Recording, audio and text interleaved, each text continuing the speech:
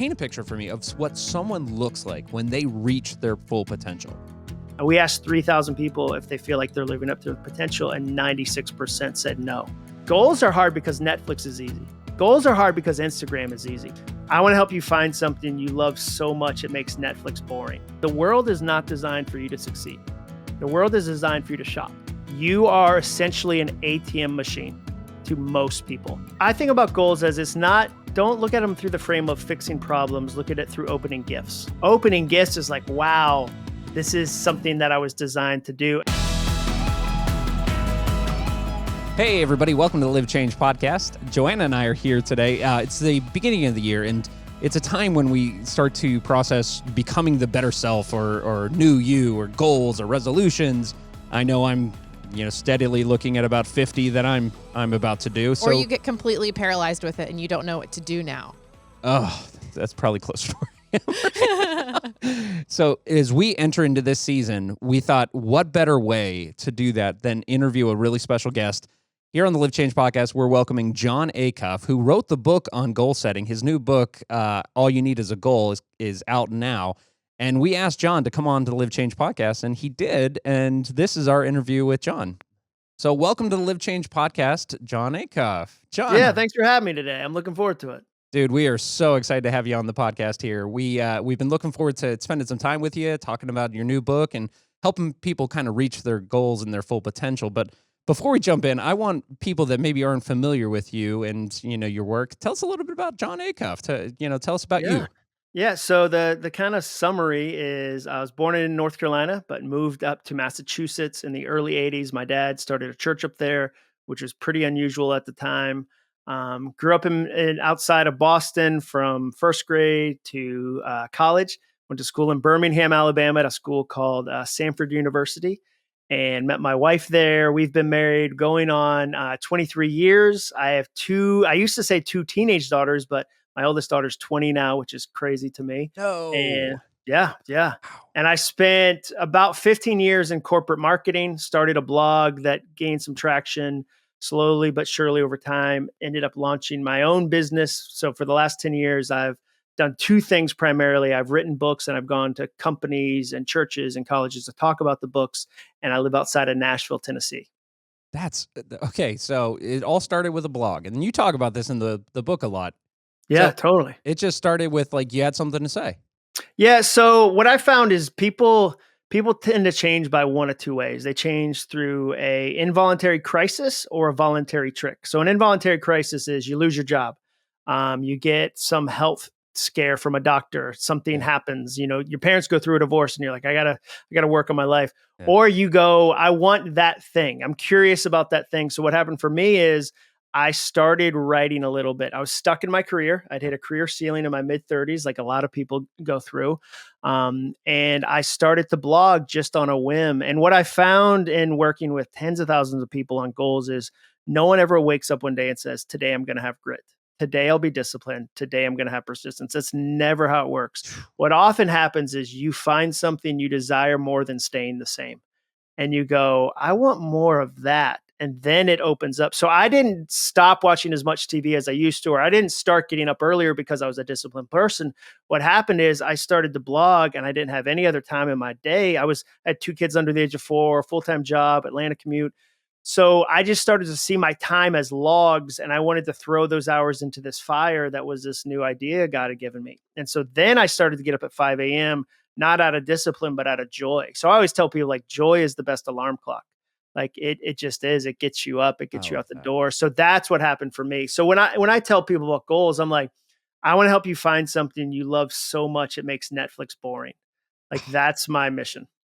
I love that, man. I love that. So you didn't set out to become, Jon Acuff. You didn't set out to become author and, national speaker or anything like that. Gray-haired man. No, no, none of that was my.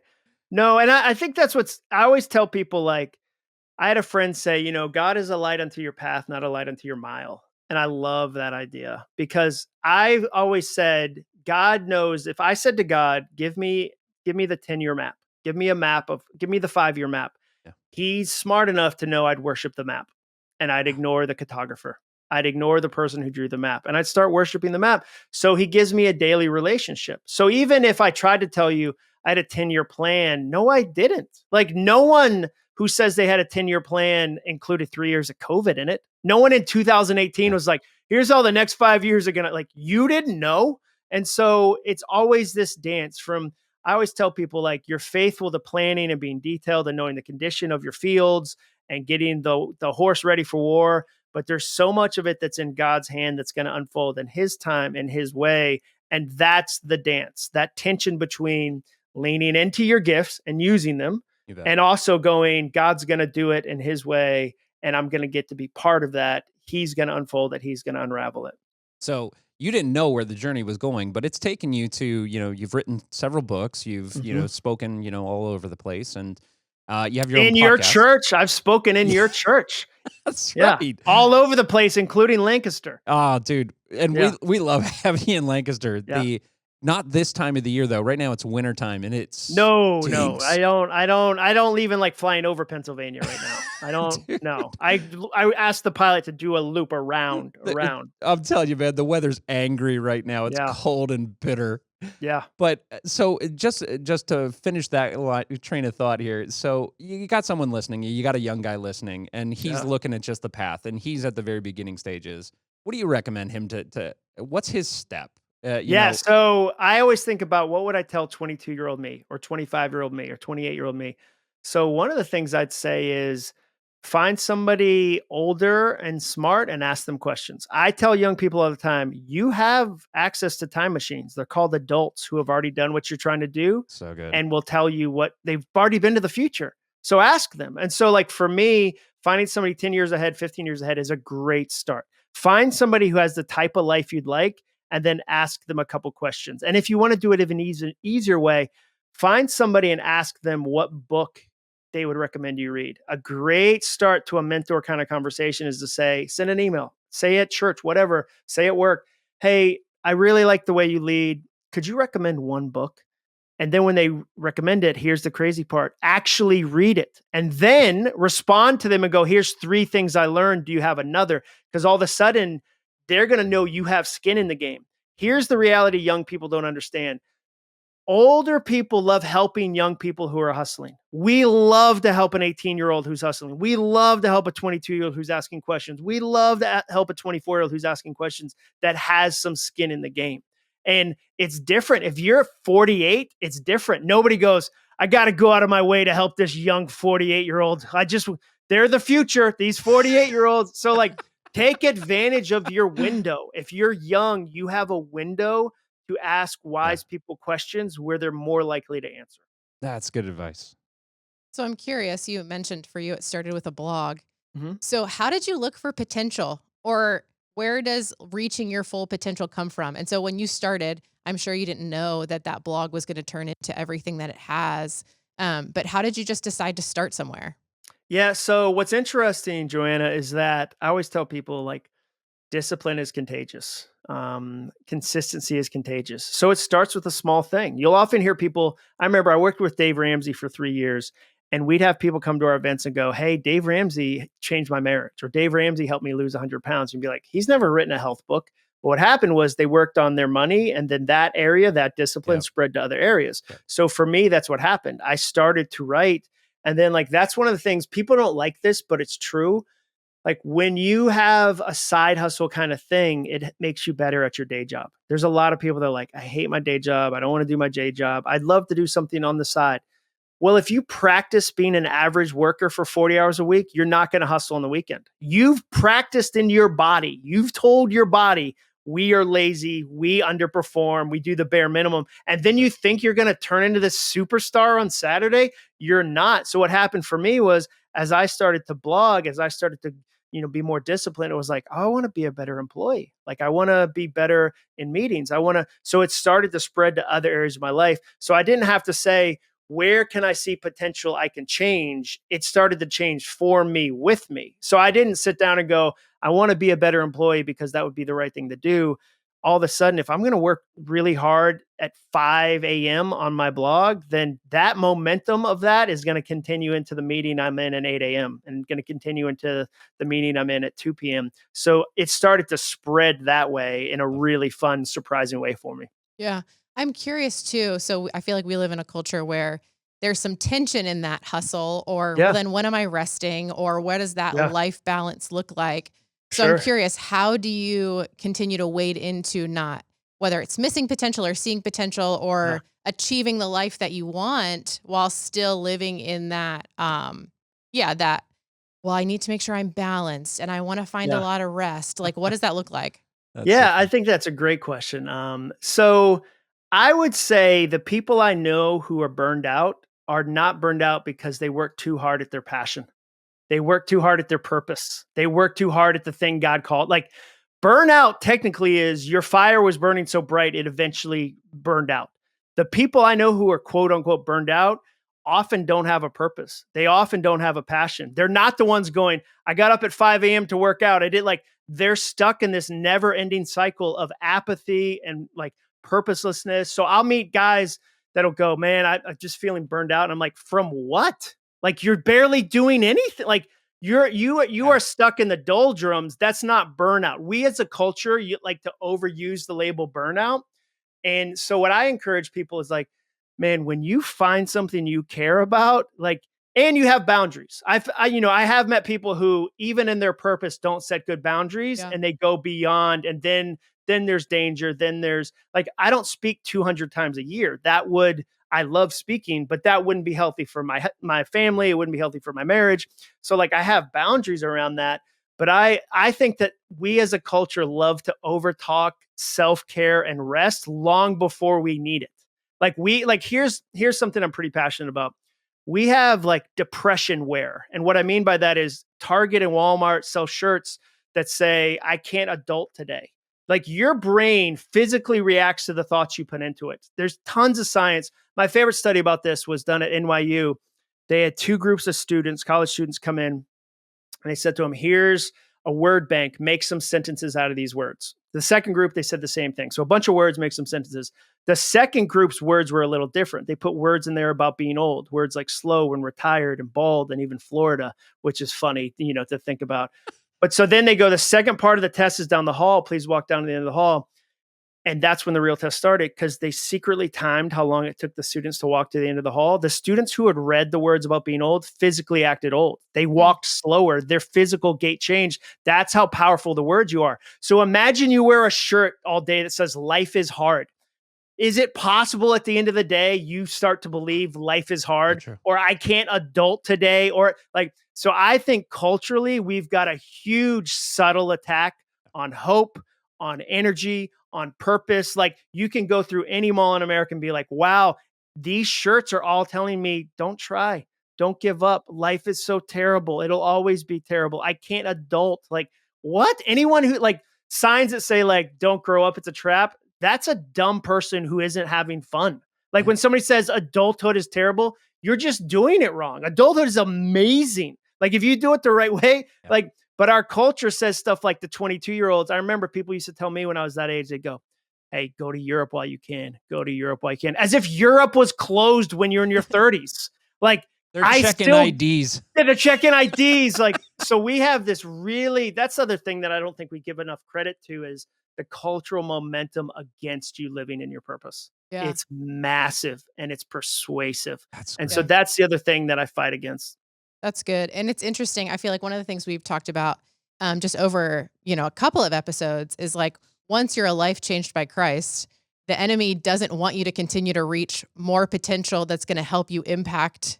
Oh yeah. Now you matter. More. Now you matter. Yeah. Like now you're on the radar. Totally. So like, I'm curious, like, how do we just avoid the temptation of distraction then, or what have you found, or in just avoiding some of that temptation to not fall into some of those traps so we don't miss our God-given potential or the path that he has for us? Well, I mean, the reason I wrote All It Takes Is a Goal is that I really believe you can accomplish your God-given talent if you just turn it into a goal. Like, let's make it measurable. Let's make it actionable. So you asked, okay, well, how do we avoid that? So part of it is what you spend your time doing.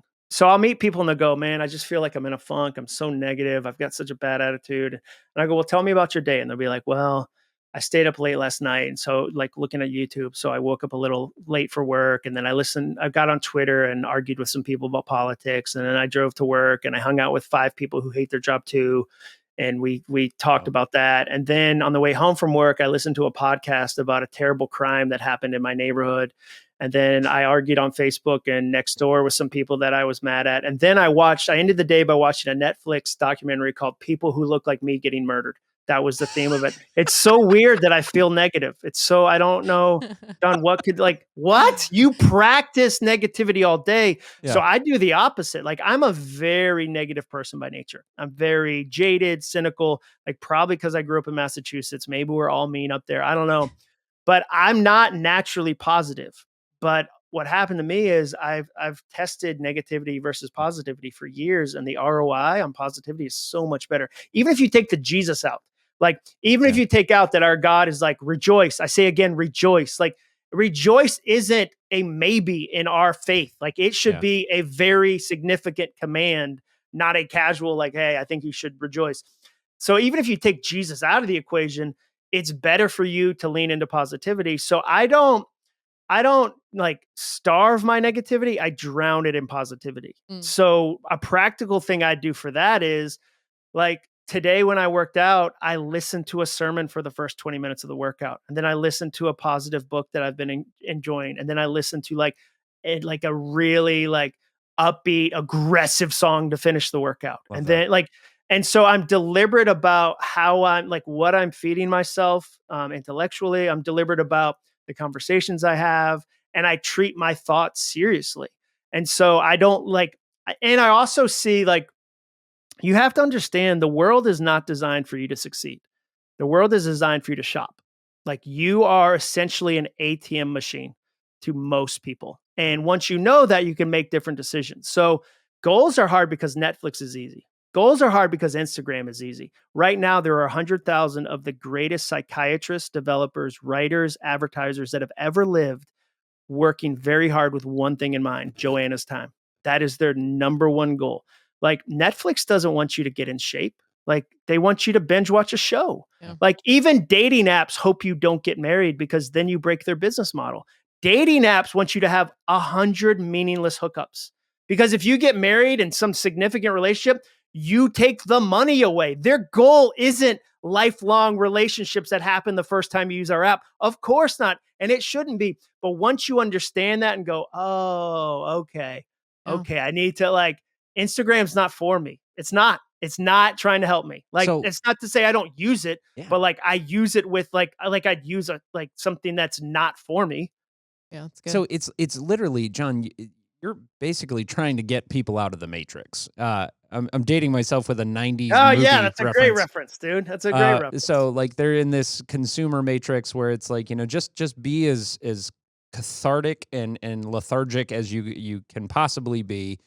And you're challenging people that, dude, there's more. Like you want to There's a ton more. Take the blue pill or the red pill, whichever it is. But think about the challenge. Like, and I think there's grace in that. I think somebody who's listening to this right now who's stuck, give yourself grace. Like you're stuck because the odds are stacked against you. Like, here's an example. There's teenage boys at the high school my daughter attends who are $1,000 in the hole for gambling. They've been gambling on DraftKings and, those sites. And it would be easy for a dad to go, well, I didn't do that. Yeah, because when you were 12, you'd have to drive to a riverboat in Mississippi to gamble. You didn't have a casino in your pocket. Get off your high horse. Yeah. And so we have to give our kids grace. We have to give ourselves grace. But then we also have to go, okay, then what do I do? Like, what do I do in response? And it is better. Like, I've never met somebody that said, man, I was going to hang out with some friends, but instead I stayed at home and I scrolled on Instagram for 4 hours, and that was the right decision. Like I feel renewed and refreshed. You ever feel great after you binge Netflix? No, you don't. And so like, that's the part for me. Like and again, I like Netflix. I watch Netflix. Like I sound like the people you live near in your church. Like I sound Amish right now. Yeah. I'm not Amish. I promise. But I'm just becoming more and more deliberate because I have things I want to do with my time that Yeah. really light me up, that are long term, slow burn, big, bright joy. I want that to get my time. Okay, so now we're going to dive into you've spent exhaustive amounts of time writing this book to help people Mhm. reach that potential, like to be who God built them to be. And so to start out, like paint a picture for me of what someone looks like when they reach their full potential. Like Yeah. So paint a picture for me. I define potential as the gap between your vision and your reality. So the vision of how you think life can be, had hoped that it was, and the reality of how it is, which is Okay. actually encouraging because often when there's a big gap, we feel sad in that. We feel depressed. And I go, no, no, no, no. The gap is big. That just means there's a ton of potential. And as you work on it, you get to close that gap. And the overlap is so fun. We've all had that moment. We've all had a moment, and maybe it was 10 minutes, 5 minutes, half hour, where you were at work and you led some meeting and you remembered for a second that you're a leader and you hadn't done that in a couple weeks, and all of a sudden you had this moment. So that's what potential looks like. It doesn't have Yeah. to be massive. It can be small things where you felt again the vision of who you are capable of being and the reality of who you were in that moment overlapped, and it feels, some people say it feels like you're in flow or you're dialed in, you're in the zone. We've all felt that. Mhm. Good. But you've done some research, and so like it sounds like people listening might assume that most people are living up to that potential. No, no, dude, no one is. No one. So, yeah, the way I write my books is I find a need in my own life, a problem, a challenge, an obstacle, and I go, I wonder if I can work on that. Like, is there like I want to change that. So I Yeah. wrote soundtracks, which was about mindset and overthinking because I'm an overthinker. Oh, I by wrote the way, pause on that, John. We did a series. Basically, we took a lot of the themes of soundtracks, oh, and awesome. John, I'm telling you, it was one of our most popular series. And our senior pastor Jason wanted to specifically say thank you Oh, because, that's super encouraging, dude, dude. your work on soundtracks was like just amazing. So Oh, like, let's thanks, not man. let's not blow past that because we're talking about all you need is a goal, but go back and buy soundtracks because that is a ridiculously good Oh, book. thanks, man. Yeah. So that's how I pick topics. So with this one, I was on a college tour with my oldest daughter, and it was this college I'd gone to, and I felt this great sense of regret about how my college experience had been. Like it was just a train wreck all 4 years. And I was driving home from Nashville to Nashville, and I had just written soundtracks at the time, and I knew I could choose my thoughts. I knew I could change my thoughts. Like, I mean, I didn't come up with that. Like, renew your mind, take every thought captive. Like, this is all just biblical. And so I was like, what could I do going forward? Like, if I didn't live into my potential in college, I can't change that. That was 4 years, but I might have 40 more years Yeah. on the planet. What could I do? And so I always look for a thing in my own life and I try to change it and I test it. And then I go to other people need it. Because then, like, if I can identify that a lot of people need it, then it's worth putting in a book. So I commissioned a research study with this PhD named Mike Peasley. He's a professor here in Nashville where I live. And we asked 3,000 people if they feel like they're living up to their potential, and 96% said no. Mm. And so then I was like, oh, wow, it's not just me, it's everybody. And then the second stat that got me was that 50% of people felt like 50% of themselves was untapped, which is like only opening half your Christmas presents every Christmas morning. And so then once I had those two things, my own need, I had like an idea that I wanted to kind of test, and I could see that a lot of people needed it. Then I'm like, I'll spend years talking about this idea. This is worth deep diving into. It's cool. I love that. Do you think that like unrealized potential has adverse effects on people? Like Oh, 100%, dude. come Yeah. on, Like, take me no. there. So I talk about this with people all the time that here's just an easy example. I believe that when you don't express your passion, when you're not pouring it into, like when you don't have an outlet for it, it doesn't go away. It just turns into anger. Because when you don't have emotions to express, you just use the only one you have available, which is anger. So why are people so furious on the internet? They're not passionately creating in any other part of their life. Like happy, busy people don't have time to hate people on the internet. They're too busy doing other Yeah. stuff. But when you don't have an outlet and you're not living up to that potential, it just mutates. It mutates into shame. It mutates into bitterness. It mutates into anger. And it doesn't go away. Yeah. It just turns into things you don't want it to turn into. So yes, there's a significant, I mean, scientists have studied that where you remember the things you didn't do more than the things you did.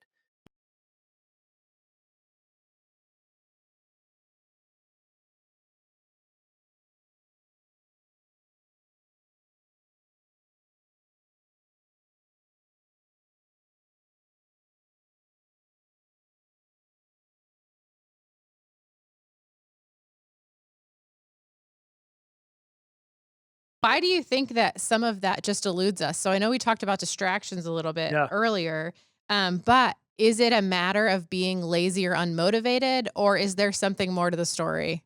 I mean, I think it can be lazy, but I think some of it starts with fear. I think fear often is the start of it. Um, so it could be something as simple as, you never saw it modeled in your childhood. Mm, Like I remember I was on a podcast with this guy, Steven Scoggins, and his dad's soundtrack that he would say in the family is Scoggins don't get ahead, Scoggins get by.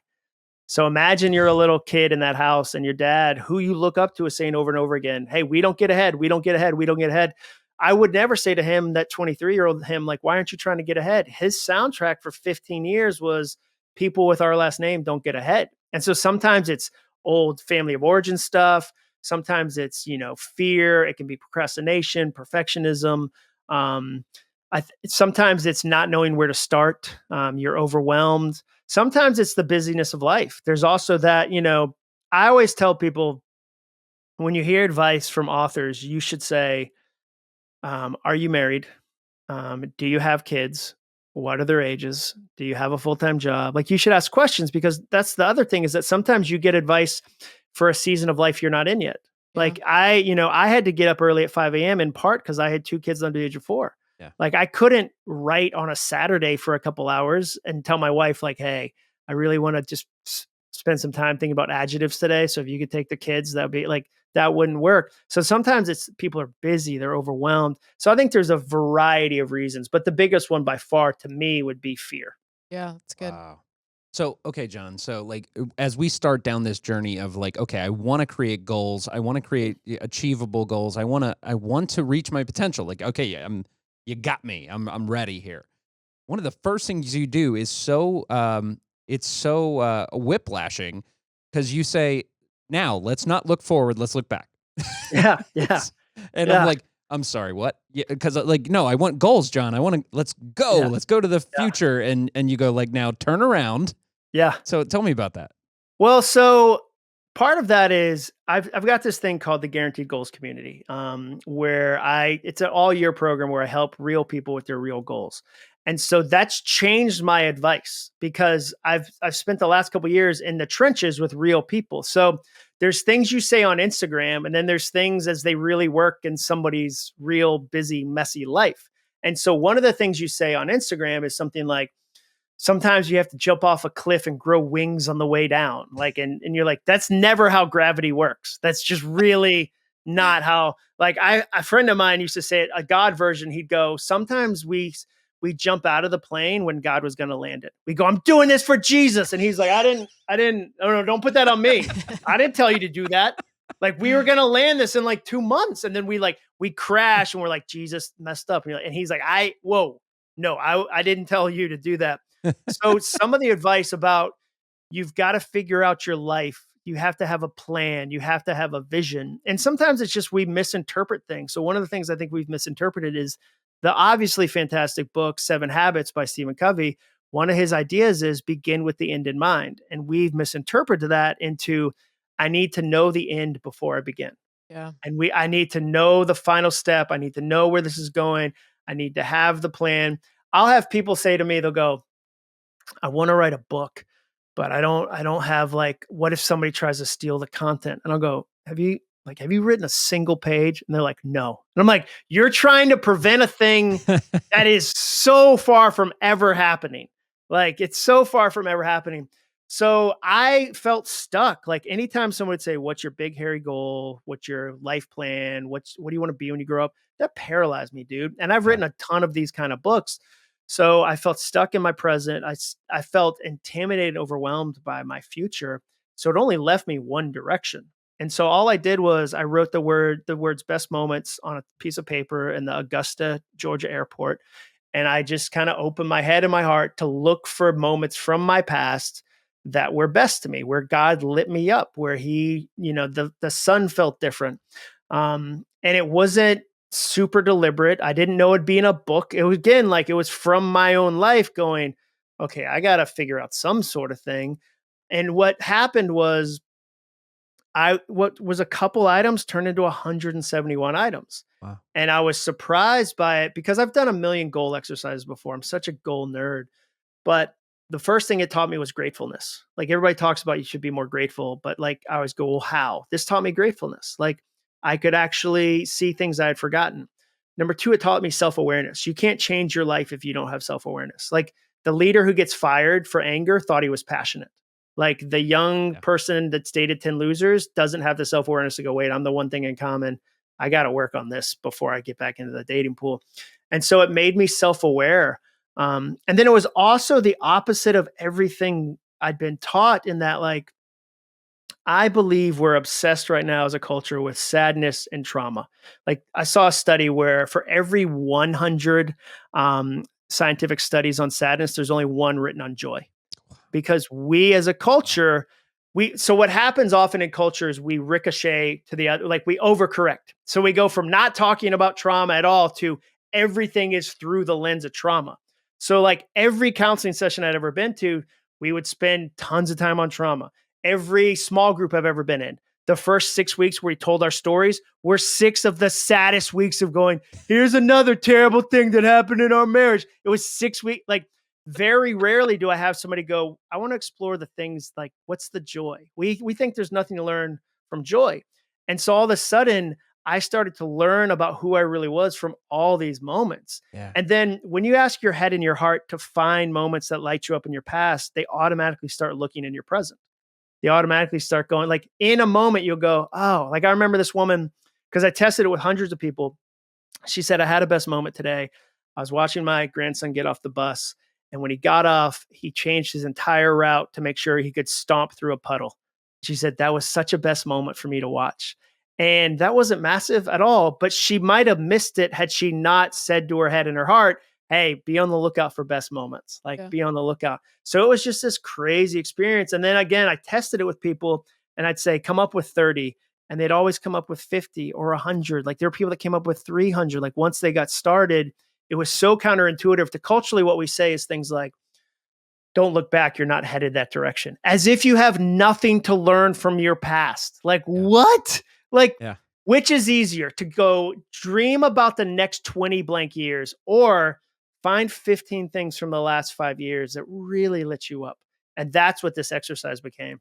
And now take that with us. So like, you created your own list. This isn't something you're just telling people to do. You created this epic list, which by the way, there was significantly more large crustacean on your list than. Yeah. Who knew they'd make so many appearances?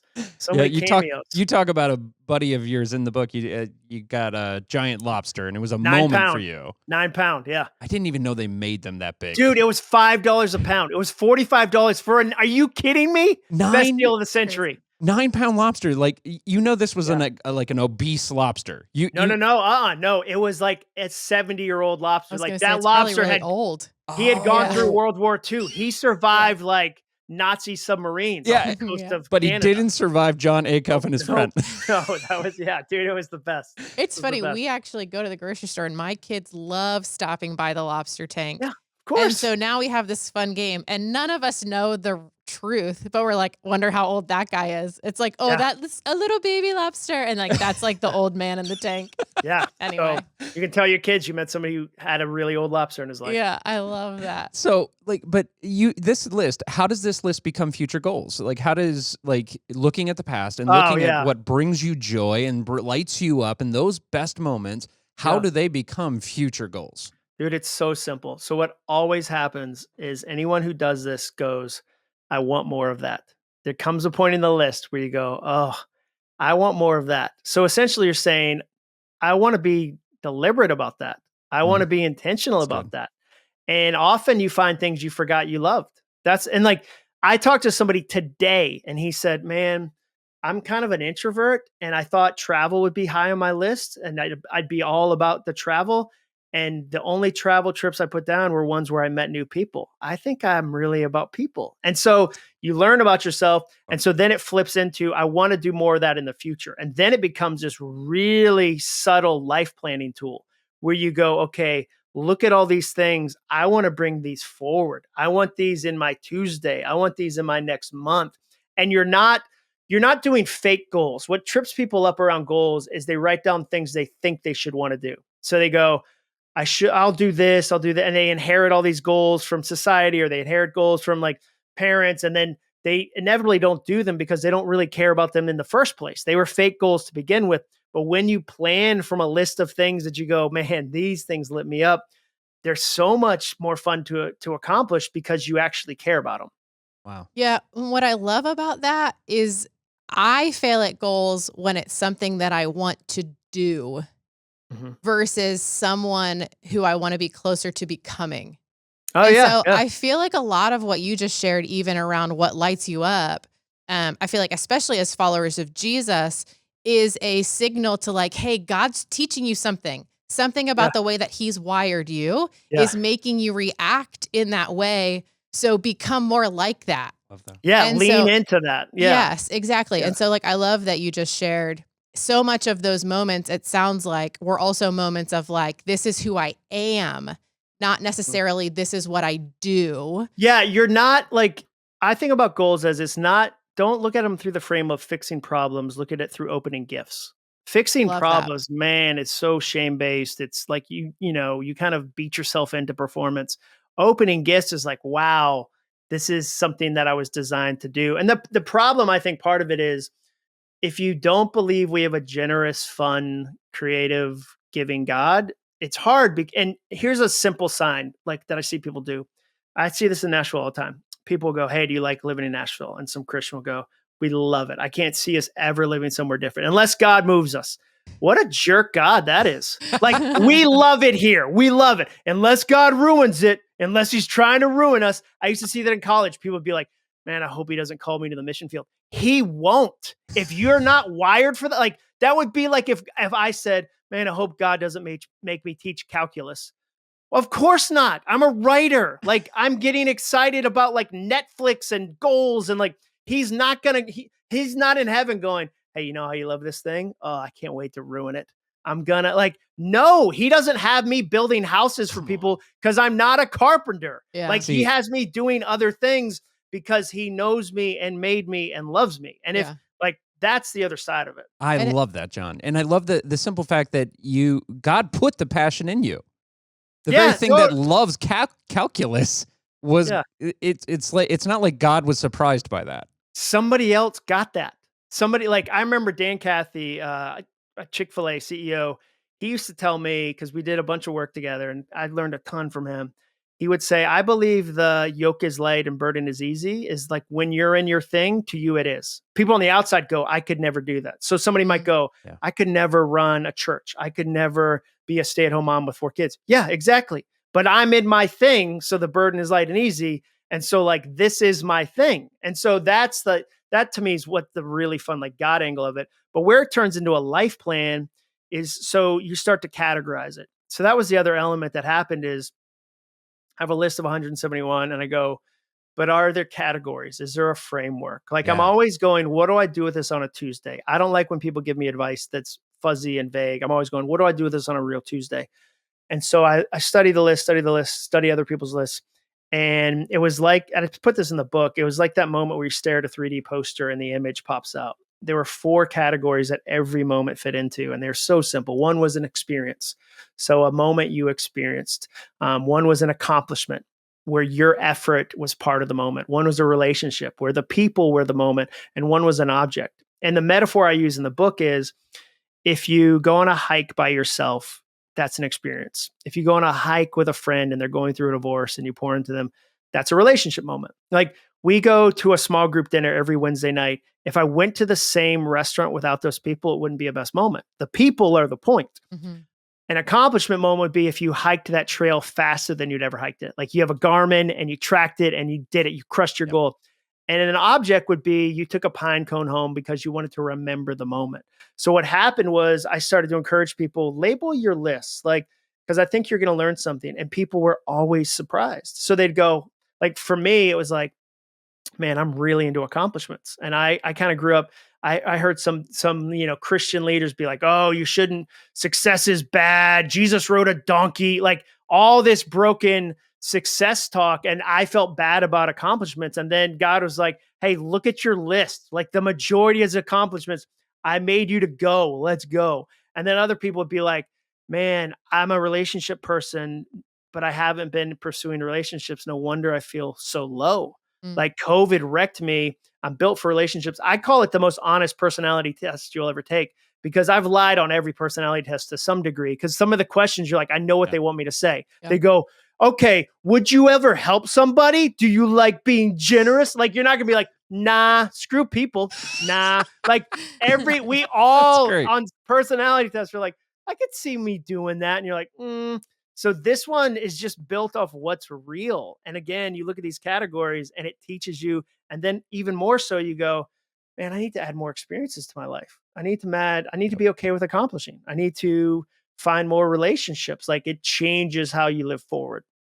Yeah, it's funny. So I don't know if you would remember this, but it was a moment that stuck out to me. So you were at Orange Tour a couple years ago, and one of the I hope things it's a good moment. I hope it this totally is was. okay. And you were just kind of sharing that, like, sometimes even in like the space that you put yourself in, then that changes how you pray or how you talk. And so the example that you gave was when you get into church, that sometimes you find yourself in a dark place and the worship leader starts praying, and it's like a sad prayer. Yeah. And so one of the things that has just, and then the kind of challenge you gave, and so I would say at our church, I don't know that that's always the case, but it was a good word picture to also remember to go to God with joy and to say, hey, God, it's okay to say, hey, God, thank you so much for making me love this thing. Or, hey, my life is actually feeling really good right now. And you don't always have to find yourself in that place where you're only communicating with God around like, oh my goodness, like everything is so terrible. And we should do that. But just what that balance is around, like, God also wants to hear, oh my goodness, thank you for this opportunity. I actually loved it. Can you give me more of it? And so anyway, that struck me. God. Yeah, like I don't know if I said that then, but the lesson for me years and years ago was I told God, like, I only know how to cry with you. I don't know how to dance with you. Yeah. And I felt like he was like, then I just got to give you lots of reasons to dance. Let's go. And so for me, the joke I do that I did that day was, why does every worship leader assume I've had a terrible week? Yes. Like, Yeah, that was it. why do they always go like, we don't know what garbage you came in carrying today, but you're a garbage person. You're terrible, but we're glad you're here. You never hear Nike do that. Nike never goes, hey, gross person on a couch. You're disgusting. You want to buy some sneakers? They share the promise. And my thing is, we have the real promise. Like, we should be the most joyful. So definitely say, if you came in here carrying something, we're here for you, blah, blah, blah. But also be like, also, how beautiful is our God? Also, how great. Like, I want to high five God too, not just go, here's the sucky things that happened to me this week. I want to be like, dude, did you see? Like, I remember I was praying maybe about a month ago. I was like, God, I'm sorry I'm so obsessed with growth. Like, I'm sorry, like I'm always trying to grow things. And I felt like he was like, hey, in the Bible, who grows and who destroys? Like, have you ever seen the enemy grow something? And I was like, not really. He's like, yeah, that's right. He's all destruction, all lies, all like evil can only destroy. That's why, like, even when you see stuff in culture and you go, I don't know what their point is. If it's evil, there's no new thing. It can only destroy. God's all growth. And I felt like I was like, no. Like, who do you think put the desire to grow in you? Let's go. That's one of those happy moments where I'm like, all right, let's do it. Totally. And I feel like even following the parable with the different people who are given different things to go invest. And it's like the one who just was like, you know what, if it's been given to me, like, then it's got to have potential. I'm going to go find it. And so just not wasting those opportunities that God's putting right in front of us to go after the potential he has for us. Oh, I love that. And so, John, like in the book, what you do is you now take this like desire, and a lot of books stop there. Like, and a lot of communicators stop there, and they basically say, "So go get it." But then you take it a little bit further though, and you go like, "Let me help you shape some goals." Because for me, like I'm all good on motivation. I got vision for days. I got the desire. I can put the picture of Chad the way he wants to look like, in the gym, like I'm all good. But you take it a step further, and that's one of the things that makes your book special is then you start creating sizable goals, and you right size goals for the certain time to get to the guaranteed achievement. So just real quick, tell me about that. Like what it, and obviously you'll have to read the book because there's a lot more to it, but tell us a little bit about that. Yeah, I mean, we've only talked about the first 3 chapters. So yeah, you're right. Yeah. This is just the first 3 chapters. So again, I'm always going, so what do I do with that? Like, what do I do with that? And I like books like that where they go, so then try this, or here's what works. And the other thing is my books matured over the years when I tested them with people first and then wrote them after. So I'll be 48 in a couple weeks. God forbid I write another memoir book. Like I'm 48. Like book 10 of like I found a new interesting thing about myself. Like get over yourself. Like what? So I've learned to have a lot of fun going like there's 37 real stories from real people in the book. Because then you don't have to identify with me. Like Yeah. I want you to go, wow, that single mom, here's how she did it. Or wow, that retiree, here's how that person did it. So that's where the book takes the next turn is I go, okay, now that you know that about yourself, what do you do with it? Well, let's start with an easy goal because what happens is I say people bounce between 3 different zones: a comfort zone, a chaos zone, and a potential zone. So comfort zone, we know that one's familiar. We talk about it all the time. It's the pajama pants zone. It's no actions, no goals, no progress. You're stuck. You're in a funk. But the one that gets more people than anything is the chaos zone, which is too many things, too many actions, too many goals, no progress. I did a survey of some of my readers to see how many goals they had, and the average number is 22.8. Like, do you know why people feel overwhelmed? Because they're trying to juggle 22 balls at the same time. So what happens is you go from no goals to trying to do everything. You get inspired by a podcast, a sermon, whatever, and you go, I'm going to do meditation. I'm going to do a quiet time. I'm going to read the entire book of Leviticus 4 times every morning. I'm going to, reach out to 7 girlfriends. And you go, whoa, it's too much. I had a buddy just last week say he works 50 hours a week and he wants to change 20% of that time to focus on a new thing. And I was like, you're going to go from 0 hours a week to 10 hours a week? Like, dude, that's pretty steep. Like, what if you did 2 hours a week for 4 weeks in a row and tested it? So the first thing is you go, what's an easy goal look like? How do we ease into that? So like, how do we incorporate that in a way that's sustainable and fun and enjoyable and let it grow? And so I describe it as a ladder. Most people, Chad, their goal ladder has 2 rungs. The bottom rung is day 1 and the top rung is the completion of the goal. So they go, I want to lose 50 pounds. So the bottom rung says day 1, the top rung says 50 pounds, and there's no rungs in between. And like if your neighbor, you live in Pennsylvania, if you had to like clear snow out of your gutter or whatever, or an ice dam, let's get real specific. And you borrowed a ladder from a neighbor and they brought it over and like, here's my ladder. And you're like, dude, there's no rungs. And you're like, yeah, there is. There's 2. You just have to jump 14 feet in the air and pull yourself to that'd be a terrible ladder. So my whole thing is, what if we added rungs every 6 inches? Would it be easier to climb that ladder? Of course it would. And you could turn easy goals into what I call middle goals, kind of those you're growing the action, you're spending more time, you're investing more, all the way to the guaranteed goals.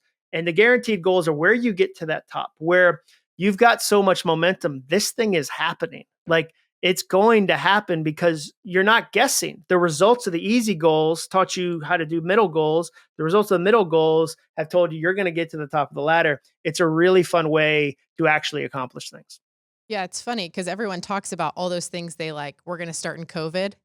And it's like, how many of us are doing like a 10 push-up a day? And it's funny because personally, I am very proud to say I started a COVID habit and have kept it. What is the habit? Is it sourdough? Like right now you're making sourdough? Let me tell you. Total brag right now. But no, like you guys can't judge me for this. It is literally just washing my face before I go to bed.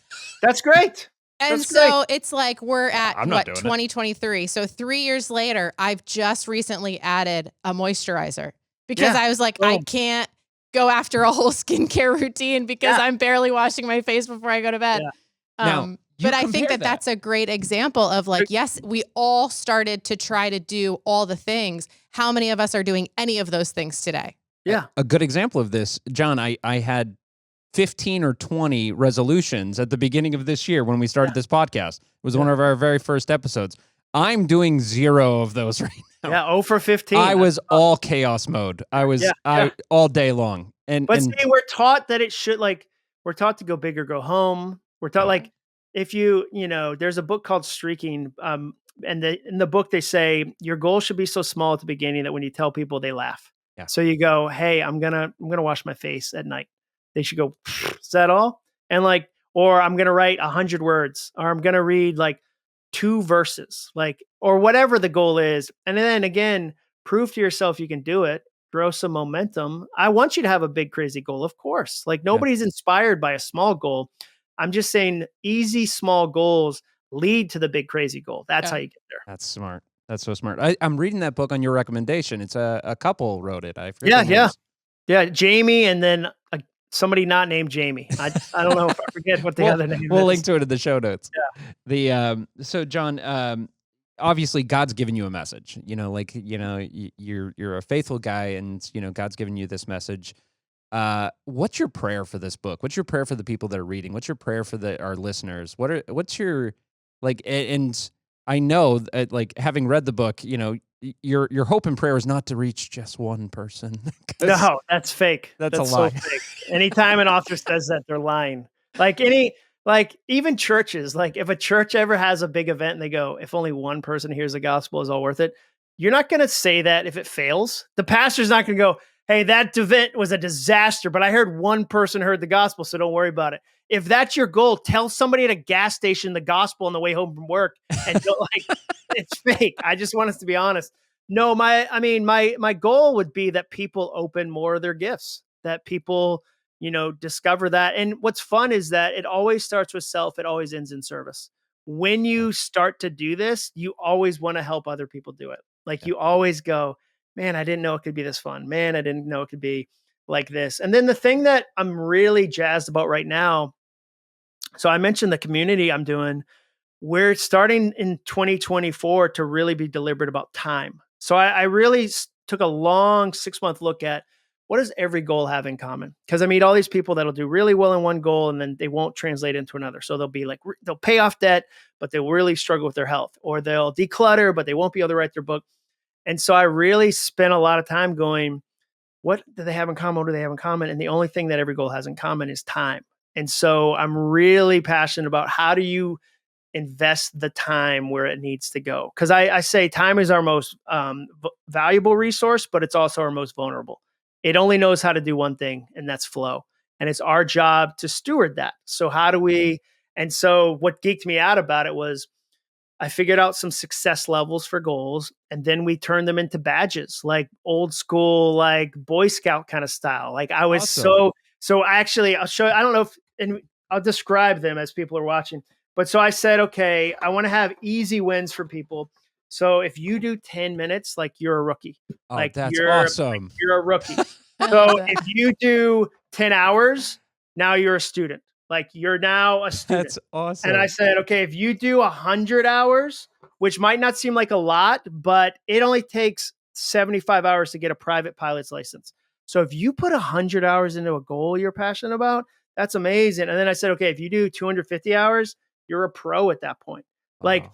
to get your license in the state of Tennessee, as like me teaching my daughter took 50 hours. You do 5 times that amount, like you're really doing something. And then if you get to 1,000 hours, you're an expert. Wow. And so for me, I can't wait to see people engage in this content, in this community. And I know there's going to, like, we already did, it's the end of the year. So we did kind of our like brag table. What did you accomplish? And the accomplishments were amazing. It was people that said, I lost weight. I went and got my degree. I repaired my marriage. And I wrote books. I get books in the mail from people all the time that go, I had a book inside me for 10 years, but I didn't think I could do it. I plugged Awesome. into the community. Here's the book. So that's what I'm excited about. Cause I really believe like if I can get people to spend 100,000 hours doing things they're called to do like that, you are so like, it changes marriages, it changes individual lives, it changes whole communities. Like, because now you're talking about real time spent in a real thing. And and again, the rest of the world is pushing the exact opposite direction. So I'm like, oh, it'd be really fun to kind of cause a little bit of frustration. I love that. That's cool. John, one of the things Joanna referenced was the story of the talents that Jesus talks about. Yeah. And I feel like that's what you're doing, pal, is you're going out Oh, there thanks, and man. you're helping people dig up the talent that they have. Yeah. My buried. thing is grab a shovel. Like, I'm like, let's grab a shovel. Like, let's Yeah. go. Like, you It's- got it. Let's grab a shovel. And it's not too late. There's not an age. Mm. There's not, again, we put a lot of pressure on young people as if there's a moment, but the joke I always do is like, when you're in your 40s, there's no top 50 under 50 list. Like in your 30s, there is like top 40, under 40. In your Yeah. 40s, people are like, yeah, you should be doing stuff. What are you doing? And so I think regardless of what age you are, it's a great time to go, I think I'm capable of something. I wonder what I could do. All right. cool. Well, Jon, how can people find you? How can people find your book, find your Yeah. work, and keep following you? Yeah, so I'm just jonacuff.com, jonacuff.com. The community I have is jonacuff.com/goals. That's pretty easy. Just jonacuff.com/goals. I have a podcast called All It Takes Is a Goal, and then the book's available everywhere. I read the audio, which is super fun. And so, yeah, I'm very available on the internet. Yeah, if you're ever just reading a Jon Acuff book, do get the audio because Jon is notorious for sharing little tidbits. 10 bonus stories in this one. I like to go off I just think it's fun. Like, I realized, Chad, I don't have the benefit of a British voice. Like, if I had a British voice, that book would sell 100 times more. Oh my gosh, yeah. Everybody who hears a British voice is like, this is really smart. This is like C.S. Lewis, I think. Doesn't matter what they're saying. But for me, with my very normal American voice, I have to add bonus stories. So that's just the reality. I love that. And I feel like you're always running on Instagram.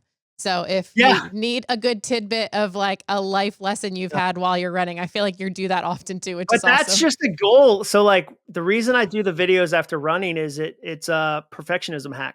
If I do a lot of videos in my office, I worry about the angle, I worry about the words, I worry about the that's good. lighting, and I get stuck with perfectionism. So I was like, if I film them after running, I'm sweaty, I'm already hyped on endorphins, I'm going to do it in one take. Like I'm not going to worry about the lighting. So I'm constantly looking for little things like that to go, what's a practical way to deal with perfectionism? And That's that for awesome. me was one. Yeah, you can literally help people run through walls. Yeah, exactly. That's what I'm doing. You're so Let's amped. go. Let's go. Yeah. Jon, I can't thank you enough for giving us time. Please don't be a stranger. We'd love to have you back here on the Live Change podcast. So Thanks, guys. all right, take care, Jon. So I love interviewing Jon Acuff, and one of the reasons I love Jon as a communicator and as an author is he's approachable. Like Yeah. his thoughts are brilliant, but his approach and his packaging is like something that I completely understand. There's all of the message in the book and in the interview, you could just tell it feels like you're just talking with a friend at coffee, and I just love that. So what were a couple of your takeaways from like just the conversation with Jon? Yeah, totally. I would also it's not about him. Like, I love that he just is like, hey, I've experienced some things. I'm trying to learn too. These are some of the things I've learned along the way. Just love his heartbeat around then how do I help other people do those same things? Yeah. And so even the things he was just sharing around what inspires him to put content out into the world. Yeah, just love that. Yeah, it's honestly like, what God has put in you is meant to be shared out there. One of the things I love is his looking back, at what lit you up, and God's lit you up. God's given you passions, and when he was talking about the words that we use that stifle our passions, like the how we basically set ourselves up for failure in the fact that we just become lethargic. Yeah. And even the words that are on our sweatshirt is like, I can't adult today and stuff. I was like, man, we do that, and we create a cycle of negativity. And then when he said there's, no wonder everyone's so bitter on things like Twitter and stuff because they're not reaching their potential. And it's like, Totally. I kind of wonder, like, what does God have for Chad? Like, what if I can begin to climb the ladder, whatever ladder that is, and climb those rungs, how can Chad be a better person, but Chad's family be a better family, Chad's neighborhood be a better neighborhood, by one person reaching their full potential? Totally. Yeah. And I love, even just in our context, being lives changed by Christ, that it's like, it's just me. It's not me growing for me. No. It's actually me growing into more of who God's created me to be. And so I don't need to be paralyzed by that. No. But there are tools that can help me get closer to that. And so, one, communicating with God. And so even like around what lights you up, like I think that God loves to hear from us what things we enjoy, and then wants us to expect that he will help us find more of those things, but then also be looking for them and reminded of them, and not be afraid to step into things that might feel uncomfortable, but instead trust that, like, hey, if God has wired you this way, or if this is more of like who God wants you to be, he will help you get there. And so just being willing to lean into that. When Jon said, like, God creates, the enemy destroys. Yeah, so good. I was like, it just made me want to be like, what does God want me to create today, this Mhm. week, this month? And it was powerful. So hope you enjoyed the interview with Jon Acuff. We're giving away some books. So hopefully you are still listening here, because we want you to get a copy of Jon's book. So all you have to do is, if you're watching on YouTube, leave a comment on the YouTube channel in the comments, and we're going to choose 5 people to get free book copies of Jon's book. All you need is a goal, but you can also get it anywhere books are sold, Amazon and wherever else, Barnes and Noble. But make sure you get a copy of the book. It's really worth the read. So what if our audio listeners, can they go on our channel, leave a review, and just mention this podcast Absolutely. and what they loved about it? Absolutely. We'll pick a few winners that way too. You betcha, because we want to get a copy of this book in a couple people's hands. So let us know if you want a copy, and we'll try to get it out to a couple people.